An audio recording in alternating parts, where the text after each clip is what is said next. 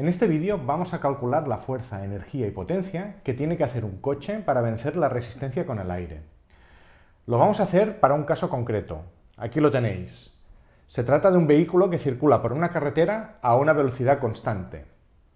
En su movimiento, el coche desplaza el aire que se encuentra en su camino y como reacción, el aire ejerce una fuerza sobre el coche que tiende a frenarlo.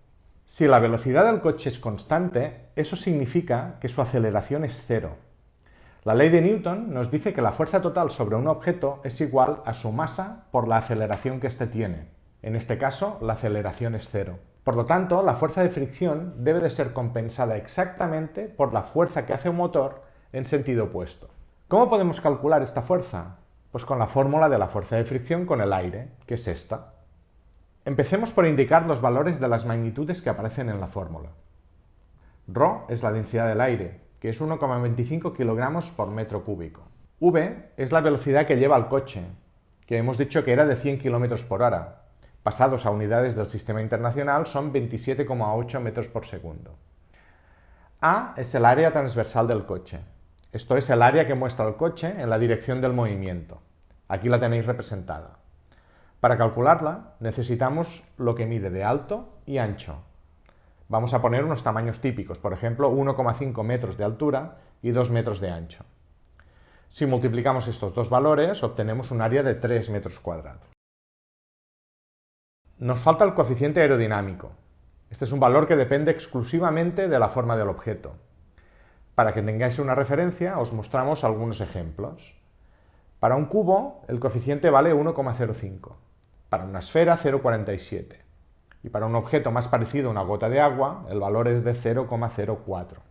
Observad que cuanto más parecido a la gota de agua más pequeño es el valor del coeficiente, lo que quiere decir que la fuerza que notará este objeto será menor. Los coches utilitarios se intentan parecer lo más posible a esta forma, pero resulta muy difícil por la necesidad de tener el motor en la parte delantera y el maletero en la parte trasera. Al final, los valores típicos para el coeficiente de fricción de un coche están en torno de 0,3. Con todos los valores determinados, ya podemos calcular el valor de la fuerza de fricción. Sustituimos los valores en la fórmula y obtenemos el resultado de 435 newtons. Bien, ya tenemos la fuerza que debe ejercer el motor, pero este dato no nos ayuda mucho a evaluar lo costoso que resulta moverse a esas velocidades con un coche. Para ello resultaría mucho más útil calcular la energía que requiere desplazarse una distancia concreta. Esto nos permitirá calcular cuánto combustible necesitamos para realizar dicho desplazamiento. Normalmente en las características técnicas del coche se suele indicar el consumo de combustible a los 100 km. Esto es, cuánto combustible gasta el coche para desplazarse 100 km. Vamos a ver cómo calcular esa cifra. Para eso debemos empezar con el valor de la fuerza que hemos calculado anteriormente. Multiplicando esa fuerza por la distancia recorrida, obtendremos el trabajo que ha hecho el aire oponiéndose al movimiento. Como hemos visto antes, el motor debe hacer la misma fuerza y por lo tanto el mismo trabajo para conservar la energía cinética del coche. La fuerza era de 435 newtons. La distancia que queremos estudiar es de 100 kilómetros, o sea, 100.000 metros. 10 a la 5 metros. Multiplicando ambos valores, obtendremos un trabajo de 4,35 por 10 a la 7 julios.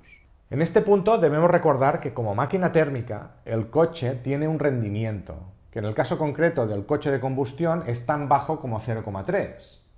El rendimiento R es un valor que, multiplicado por la energía total consumida por el coche, debe dar el trabajo útil que éste ha hecho.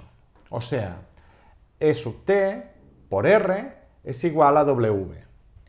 Si queremos obtener la energía real consumida, o sea, E sub T, debemos dividir el trabajo anterior por el rendimiento. Esto nos da una cantidad de energía gastada de 14,5 por 10 a la 7 julios. Nos queda ahora solo un cálculo para conectar con la magnitud realmente útil, el consumo de combustible a los 100. Para ello necesitamos el valor del poder calorífico del combustible. Este valor no es nada más que la cantidad de energía total que se puede extraer de 1 litro de ese combustible. En el caso de la gasolina, el poder calorífico es de unos 35 megajulios por litro, o sea, 3,5 por 10 a la 7 julios partido litro. Dividiendo la energía por el poder calorífico obtenemos un total de 4,1 litros de gasolina. Pues ya tenemos cuánto combustible gasta nuestro coche cada 100 kilómetros, yendo a una velocidad de 100 kilómetros por hora. Un ejercicio muy interesante que nos aportaría una información muy útil sería la de repetir todos estos cálculos para una velocidad de, por ejemplo, 120 kilómetros por hora.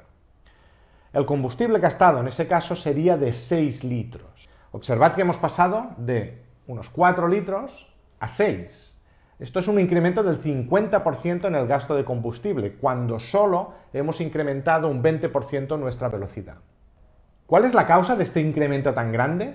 Pues la causa es que la fuerza de fricción depende de la velocidad del vehículo al cuadrado.